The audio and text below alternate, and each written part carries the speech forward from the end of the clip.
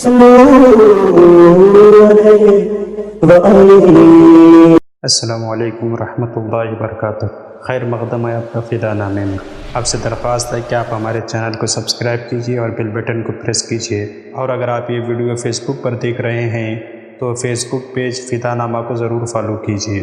حضرت بشر حافی رحمۃ اللہ علیہ کو کشف و مجاہدات میں مکمل دسترس حاصل تھی اور شریعت کے اصولوں کے بہت بڑے پابند تھے۔ حضرت بشر حافی رحمۃ اللہ علیہ اپنے ماموں علی حشرم کے ہاتھوں پر بیعت ہوئے، مرو میں ولادت فی بغداد میں مقیم رہے۔ آپ کی توبہ کا واقعہ بڑا مشہور ہے کہ ایک مرتبہ حالت دیوانگی میں کہیں جا رہے تھے۔ ممکن ہے یہ واقعہ آپ نے کہیں اور بھی سنا ہو، لفظوں کے اور جملوں کے ہیر پھیر کے ساتھ تقریباً یہی واقعہ ہر جگہ بیان کیا جاتا ہے۔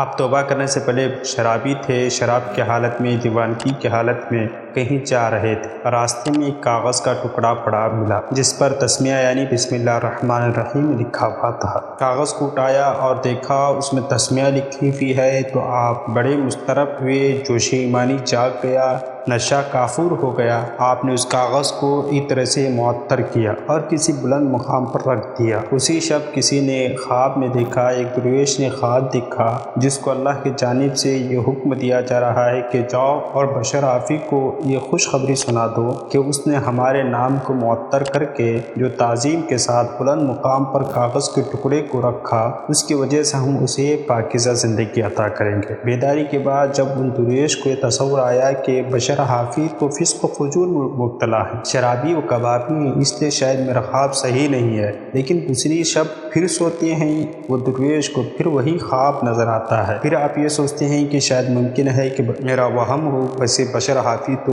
بڑا فسق و فجور میں مبتلا بندہ رہتا ہے، شراب کے نشے میں رہتا ہے۔ یہ سوچتے ہیں، پھر اس خواب کو نظر انداز کر جیسے تیسری رات سوئے تب بھی یہی خواب نظر آیا تو فوراً وہ درویش گھر پہنچے تو معلوم ہوا کہ بشر حافی گھر میں نہیں بلکہ شراب خانے میں ہے، اور جب وہ درویش شراب خانے کے قریب پہنچے تو معلوم ہوا کہ بشر حافی تو نشہ میں چور ہو کر بدمست ہو کر پڑے ہوئے۔ انہوں نے لوگوں سے کہا، آپ سے جا کر کہہ دو کہ میں تمہارے لیے ایک ضروری پیغام لایا ہوں۔ چنانچہ جب لوگوں نے آپ سے کہا یعنی بشر حافی سے کہا تو فرمایا کہ نامعلوم اللہ تعالیٰ کا عتاب کا پیغام ہے یا سزا کا۔ یہ کہہ کر مائکدے سے ہمیشہ کے لیے توبہ کر کے نکلے، شراب خانے سے توبہ کر کے نکلے۔ اس درویش نے سارا خواب کا واقعہ حضرت بشر حافی کو سنایا تو بشر حافی صدق دل سے توبہ کر لے، توبۃ النصوحہ کر گئے۔ بشر حافی رحمۃ اللہ علیہ اس وجہ سے بھی ننگے پاؤں رہا کرتے تھے کہ زمین کو اللہ تعالیٰ نے فرش فرمایا ہے، اس لیے شاہی فرش پر جوتے پہن کر چلنا آداب کے منافی ہے، یہی وجہ ہے آپ کو حافی کہا جاتا ہے، یعنی بغیر چپل والا۔ ایک اور روایت یہ بھی ہے کہ آپ نے یہ سوچ کر چپل پہننا ترک کر دیا، کہا کرتے تھے کہ جب مجھے اللہ رب العزت کی طرف سے خوشخبری ملی میں اس وقت چپل نہیں پہنا ہوا تھا، اس لیے ہمیشہ چپل نہیں پہنتا ہوں۔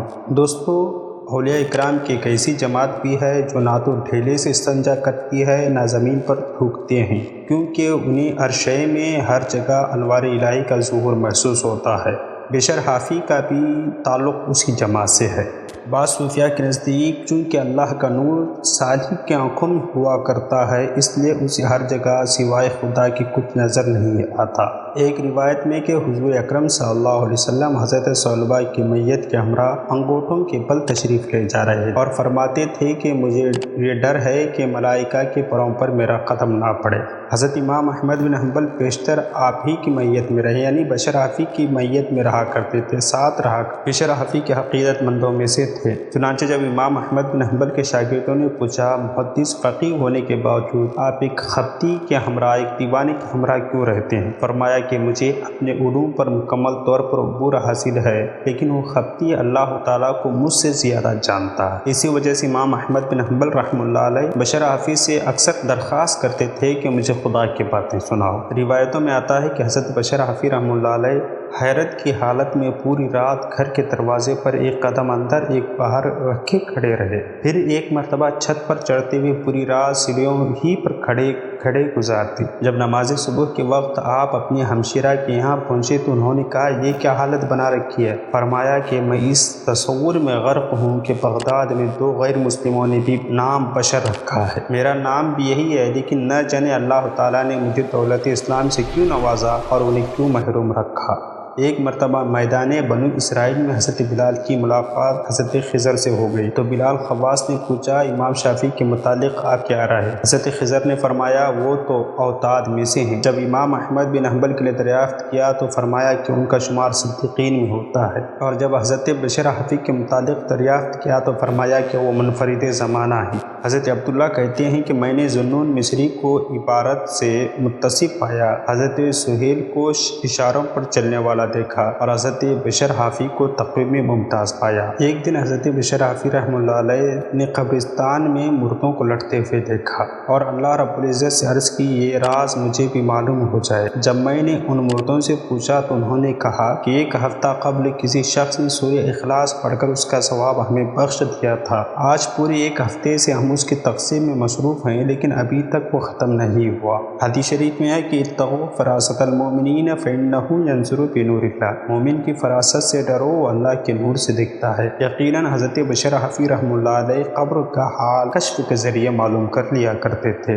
ایک مرتبہ کسی نے بشر حافظ سے عرض کیا میرے پاس 1000 درہم ہیں، میں حج کا خواہش مند ہوں۔ حضرت بشر حافظ نے فرمایا یہ رقم کسی مقروض کے قرض میں دے دو یا یتیموں اور مفلس اور عیالداروں میں تقسیم کر دو، تمہیں حج سے بھی زیادہ ثواب ملے گا۔ لیکن اس نے کہا کہ مجھے حج کی بہت خواہش ہے۔ فرمایا کہ تو نے ناجائز طریقے سے یہ رقم حاصل کی ہے، اس لیے زیادہ ثواب کا خواہش مند بننا چاہیے۔ محترم دوستو، آج کے لائبریری لوگ بھی کہتے ہیں، آزاد خیال لوگ بھی کہتے ہیں کہ قربانی کرنے کے بجائے قربانی کی رقم غریبوں میں تقسیم کر دو۔ اس واقعے سے ان لوگوں کو عبرت لینا چاہیے۔ حضرت بشر حافی نے اس شخص سے کہا کہ تو نے ناجائز طریقے سے رقم کمائی ہے، اس سے حج تو ہوگا نہیں، اس سے بہتر ہوگا کہ تم جو ہے ناجائز طریقے سے جو رقم کمائی ہے اس کو غریبوں میں تقسیم کر دو۔ حضرت بشر حافی فرمایا کرتے تھے کہ میں ایک مرتبہ خواب میں حضور اکرم نبی رحمت پیارے مصطفیٰ صلی اللہ علیہ وسلم کی زیارت سے مشرف ہوا تو حضور نے پوچھا اے بشر کیا تجھے علم ہے کہ تیرے دور کے بزرگوں سے تیرا درجہ بلند کیوں کیا گیا ہے؟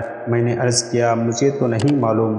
فرمایا تو نے سنت کا اتباع کرتے ہوئے بزرگوں کی تعظیم کی اور مسلمانوں کو رائے حق دکھاتے رہا، اور میرے اصحاب اور اہل بیت کو تو نے ہمیشہ محبوب رکھا، اس لیے اللہ تعالیٰ نے تجھے مرتبہ عطا فرمایا۔ پھر دوبارہ جب حضور کی زیارت سے مشرف ہوا تو عرض کیا مجھے کوئی نصیحت فرما دیں۔ حضور صلی اللہ علیہ وسلم نے فرمایا عمرہ حصول ثواب کے لیے فقراء کی جو خدمت کرتے ہیں وہ تو پسندیدہ ہیں، لیکن اس سے زیادہ افضل یہ ہے کہ فقراء کبھی عمرہ کے آگے امیروں کے آگے دستے طرف دراز نہ کرے، بھیک نہ مانگے امیروں سے، بلکہ خدا تعالیٰ پر مکمل بھروسہ رکھے۔ کسی عورت نے امام احمد بن حنبل سے مسئلہ دریافت کیا کہ میں اپنے چھت پر سوت کاٹ رہی تھی کہ راستے میں شاہی روشنی کا گزر ہوا، اس روشنی میں تھوڑا سا سوت کاٹ لیا، آپ فرمائیے کہ وہ سوت جائز ہے یا ناجائز؟ یہ سن کر امام صاحب نے فرمایا تم کون ہو اور اس قسم کا مسئلہ کیوں دریافت کرتی ہو؟ اس عورت نے جواب دیا میں بشر حافی کے ہمشیرہ ہوں۔